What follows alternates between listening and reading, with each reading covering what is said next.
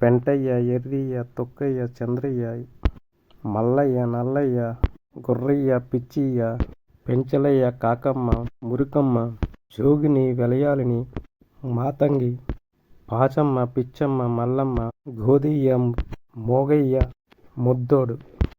ఇలా అత్యంత జుగుప్సకరమైన, వినడానికి ఇబ్బందికరంగా ఉండే పేర్లు.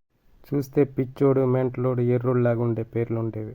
బయట నుంచి వచ్చిన వాళ్ళెవరికైనా ఈ పేర్లు వినగానే అసహ్యం, చిరాకు కలిగించేలా కనిపించాలి వాళ్ళకి. అలాంటి పేర్లను ఎప్పటి నుండి ఎందుకు మార్చారు అంటే, ఇవన్నీ ఎందుకు చెప్తున్నానని మీకు అనిపించవచ్చు, నెక్స్ట్ తెలుస్తుంది. ఇంత దుర్భరమైన, దౌర్భాగ్యమైన 2 కొబ్బరి చిప్పల కోసం, 2 శనగపప్పుల కోసం, 2 అటుకు గింజల కోసం మీ పేర్లు మార్చబడ్డాయి. కోర్స్ అవమానాన్ని తొలగించుకోవడానికి అవి అవసరమైనవి ఆ రోజు. కానీ నేడు అవే అటుకు గింజలు, బెల్లం తాయిలాలు నేడు గుడిలో, చర్చిలో కూడా కులమై బయట మిమ్మల్ని వేధిస్తున్నాయి. మీకు తెలీదు. పోను మీరు ఇండియన్స్ కాకుండా, ఈ దేశం మూల నివాసులు కాకుండా పోవడంలో చేయడానికి పెద్ద కుట్ర జరుగుతుంది. ఈ దేశానికి మొట్టమొదటిగా వచ్చిన క్రిస్టియన్స్ విలియం కేరీ. ఇతను చాలా భయంకరమైన ప్రమాదకారి. నేను అందరికన్నా ముందు క్రిస్టియన్స్ని ఇతను చదివాను. మీ పిల్లలకి ఇప్పటికైనా మన వాళ్ళ పేర్లు ఎట్టుకోకపోతే చాలా ప్రమాదం. పోను అది మా చిన్నప్పటి నుంచి ఉన్నది, నేడు పెరిగి విషవృక్షం అయ్యింది. మనువాదం రూపంలో హిందువులుగా చెప్పబడుతున్న బ్రాహ్మణులు శూద్రులను చేసి, గోండాలను చేసి, రౌడీలను చేసి, హంతకులను చేసి హత్యలు చేస్తున్నారు, అత్యాచారాలు చేస్తున్నారు, దాడులు చేస్తున్నారు, దౌర్జన్యాలు చేస్తున్నారు. పోను మరింత ప్రమాదకరం ఉంటుంది. ఓన్లీ పేర్ల వల్లే జరుగుతుంది ఇవన్నీ. ముందుగా మీ పేర్లు మార్చాల్సిన అవసరం ఉంటుంది. చర్చిలోకి వెళ్ళినప్పుడు మీరు ఏ పేరు పెట్టినా పాస్టర్ పెట్టించుకోండి. ఆ వెనకాల మాత్రం మీకు సంబంధించిన పేర్లు పెట్టాల్సిన అవసరం ఉంటుంది. ఒక్క పదమైన. సపోజ్ వీడు విలియం కేరీ ఈ దేశానికి మొట్టమొదటి వచ్చిన బ్రిటిష్ వాడు. కానీ వీడి పేరు బైబిల్లో ఉండదు. అదెట్లా? వీడి దేశంలో ఉన్న వాళ్ళ పేర్లన్నీ మార్చేస్తాడు. ఇక్కడ మిషనరీలు పెట్టి, ఇక్కడ అత్యంత దుర్భరమైన పరిస్థితుల్లో అడుక్కు తింటున్న వాళ్ళకి, ఇబ్బందులు పడుతున్న వాళ్ళకి కాస్త భిక్షమేసి, వాడు ఇక్కడికి కావాల్సినంత దోసుకుని కొండనైనా సంచిలో పట్టుకెళ్ళగలడు వాడు. అది వాడి పేరుకి అర్థం. దానికోసం ఎంత కష్టమైనా పడతాడు, ఎంత శ్రమ అయినా చేస్తాడు, అవసరమైతే చచ్చిపోతాడు. వాడి పేరుకున్నది అర్థం. విలియం కేరీ ఈ దేశానికి, భారతదేశానికి మొట్టమొదట మిషనరీలు తీసుకొచ్చినవాడు, విద్యాలయాలు కట్టించినవాడు, బైబిల్ని ట్రాన్స్లేషన్ చేసుకున్నవాడు. బెంగాలీ భాషలో, మరాఠీ భాషలో, 3 భాషల్లో చేసుకున్నాడు. సంస్కృతం అంటూనే. ఈ గొర్రె పాస్టర్ నా కొడుకులకి తెలియక మొత్తం పేరంతకి వాళ్ళది పెడతారు. కానీ తప్పు. ఆ ఎదవ కొడుకులకు పూర్తిగా తెలియదు. ఆంటీ రాదు, ఈ అంటే రాదు, బట్టి పట్టి ఆ శ్లోకాలు చెప్తారు, ఆ వాక్యాలు చెప్తారు. గాడిద కొడుకులు. నిజానికి భారతదేశంలో 4 మొట్టమొదటగా క్రిస్టియన్స్ పాస్టర్లు అయ్యారు కేరళలో. ఆ 4 కూడా బ్రాహ్మణ్సే. మొట్టమొదటిగా 4 కుటుంబాలు, 4. తర్వాతే దేశం అంతా విస్తరైంది. మొట్టమొదటిగా బ్రాహ్మణ్సే పాస్టర్లు అయ్యారు భారతదేశం అంతా. తర్వాత కమ్మ, రెడ్డి, కమ్మ, వెలమ, అలా చౌదరీస్ తర్వాత అయ్యారనుకోండి.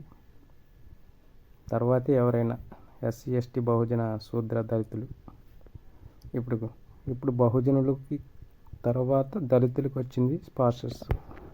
కేవలం వాళ్ళు చిన్న వాళ్ళు, వాళ్ళతో కాదు మేము పెట్టుకునేది, చాలా పెద్దవాళ్ళతో పెట్టుకుంటాం. మీ చర్చిల పాస్టర్లో చెప్పండి, చిన్నపిల్లలకి పేర్లు పెట్టేటప్పుడు చివర ఒక పేరన్నా మంది పెట్టాలి. లేకపోతే వాడి చర్చికి కూడా ప్రమాదమే. వాడి చర్చే ఇక్కడిది కాకుండా పోతుంది.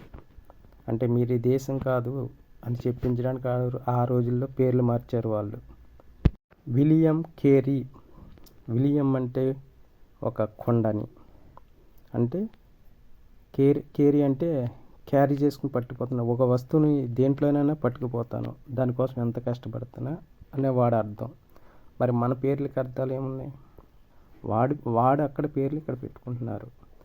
సో ఒకప్పుడు ఈ చండాలమైన పేర్లకి కాస్త దావీదు మహారాజు, డేవిడ్ ఇలాంటి పేర్లు పెట్టుకోవడం వల్ల అవమానం తొలగించింది ఒకప్పుడు. అది అంతవరకు ఒప్పుకుంటాం. అలాగే ఎందుకు పెట్టారు? అసలు బ్రిటిష్ వాళ్ళు ఈ దేశానికి డచ్ వాళ్ళు, ఫ్రెంచ్ వాళ్ళు, పోర్చుగీస్ వాళ్ళు, ఇంగ్లాండ్ వాళ్ళు ఎందుకు వచ్చారనేదే పెద్ద కుట్ర.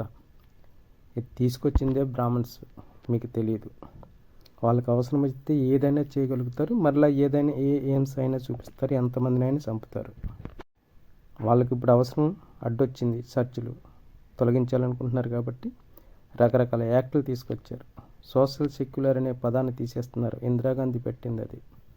అంటే అన్ని మతాలు, అన్ని సంస్కృతులు కలగలిపి ఉండొచ్చని చెప్పడానికి సోషల్ సెక్యులర్ అనే పదాన్ని అంబేద్కర్ పెట్టకపోయినా రాజ్యాంగంలో కలిపింది. అది తీసేయాలని ఇప్పుడు వీళ్ళు కుట్ర.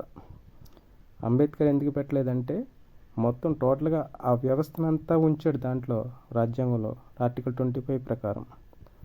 కానీ ప్రత్యేకించి మళ్ళీ ఆ పదాన్ని నెట్టలేదు. అదే ఇందిరాగాంధీ పెట్టింది, తనకు అవసరం వచ్చింది కాబట్టి. ఒకరోజు గుళ్ళోకి వెళ్తే నువ్వు ఆడముండా బేపనుండా అయినా, ఆడముండవు నువ్వు, నీ దేశానికి ప్రధానమంత్రి అయినా, లేకపోతే నీ బాబు ప్రధానమంత్రి అయినా నువ్వు ఆడముండవు, నీ గుళ్ళోకి రావడానికి చోటు లేదు కనుక గిరిగీసి పండరీపురం వెళ్ళినప్పుడు కాలారాం టెంపుల్ ఒరిస్సాలో ఉంటుంది, గిరిగీసి బయట నుంచోవే ఆడముండ అంటే అప్పుడు బాధపడి, నేను ఈ దేశానికి ప్రధానమంత్రి అయినా సరే నన్ను గుళ్ళోకి రానివ్వలేదంటే ఆడదానికి ఇంత దౌర్భాగ్యం ఉందని చెప్పేసి అప్పుడు గుళ్ళోకి వెళ్ళడానికి ఎందుకు ఆ సోషల్ సెక్యులర్ అనే పదాన్ని యాడ్ చేసిందనమాట.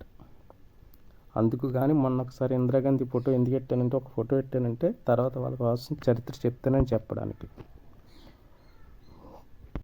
అప్పుడు అంటది, నన్ను గుళ్ళోకి నా వాళ్ళే నన్ను రానివ్వలేదు, కానీ భారత రాజ్యాంగం, అంబేద్కర్ రాసిన రాజ్యాంగం నాకు ఈ స్వేచ్ఛనిచ్చింది కాబట్టి ఈ పదాన్ని నేను నెడుతున్నాను అని చెప్పేసి అందరికీ గుళ్ళోకి వెళ్ళే అవకాశం ఆమె ఇచ్చినట్టు అయింది. అంటే ఆడవాళ్ళకి కూడా. అందుకే నేడు గొడవలు పెడుతుంటారు కదా, అయ్యప్ప స్వామి టెంపుల్లోకి మేము ఎందుకు ఆడవాళ్ళు వెళ్ళమని రోజు గొడవలు పెడుతుంటారు. కొంచెం చైతన్యం చదువుకున్న అమ్మాయిలు, ఆడవాళ్ళని. కనుక ఇప్పటికైనా మీ పిల్లలకి చర్చిల్లో పేర్లు పెట్టించినా సరే వాళ్ళకి మన వాళ్ళ పేర్లు, ముందు వాళ్ళ పేర్లు ఉంటాయి. తెలుసుకున్న వాళ్ళు, చరిత్ర తెలుసుకున్న వాళ్ళని అడిగితే చెప్తారు. మీ ఏరియాల్లో వాళ్ళని అడిగి పెట్టండి. మౌర్యాలు ఉంటారు, మన పేర్లో విలువైన మౌర్య ఉంటుంది, మగధ ఉంటుంది, రామ ఉంటుంది, మల్ల ఉంటుంది, గంగా ఉంటుంది, మున్సి ఉంటుంది, కొండ ఉంటుంది. ముఖ్యమైన పేర్లు అవన్నీ.